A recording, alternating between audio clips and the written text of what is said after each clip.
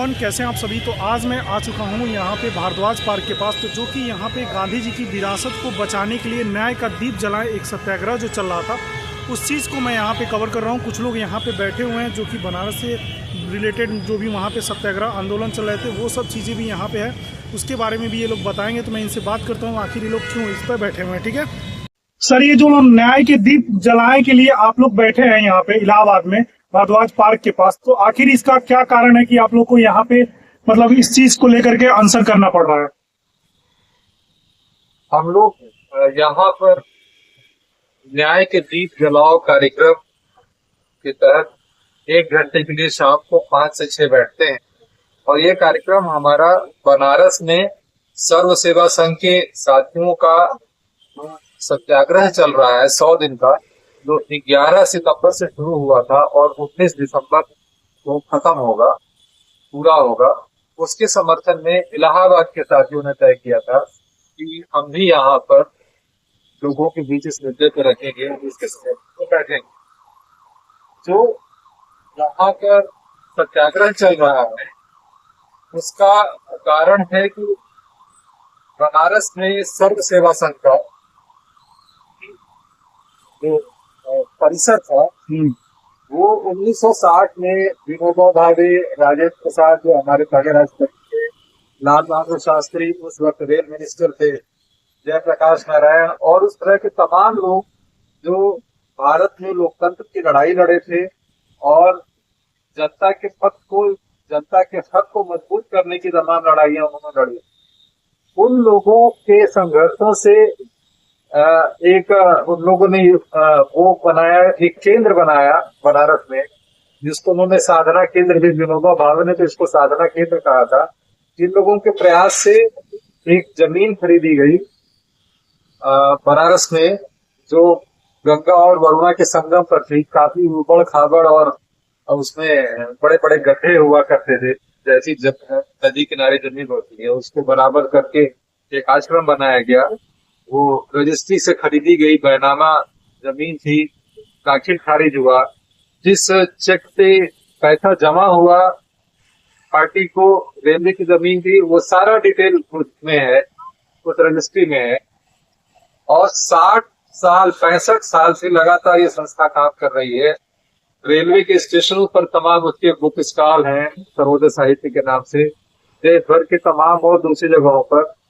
तो ये एक ऐसा केंद्र था जहां पर सर्वोदय विचार से जुड़ी हुई बातें, जन आंदोलन की बातें, लोकतंत्र की बातें और स्वावलंबन की बातें, ग्राम स्वावलंबन, रोजगार स्वावलंबन, चिकित्सा स्वावलंबन से जुड़ी हुई तमाम किताबें प्रकाशित होती थी, देश भर में जाती थी और विश्व के दूसरे देशों में भी वहां से किताबें जाया करती थी। एक तरह से लोकतंत्र के विचार को मजबूत करने के लिए, जनता के हक को मजबूत करने के लिए जो विचार केंद्र था, जो लगातार ऐसे विचारों का प्रचार कर रहा था, उस केंद्र को ध्वस्त किया गया, उस केंद्र को गिराया गया।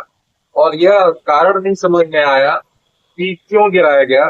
सरकार ने सिर्फ, वहां के प्रशासन ने सिर्फ इतना कहा कि यह रेलवे की जमीन है और रजिस्ट्री कूट रचित है।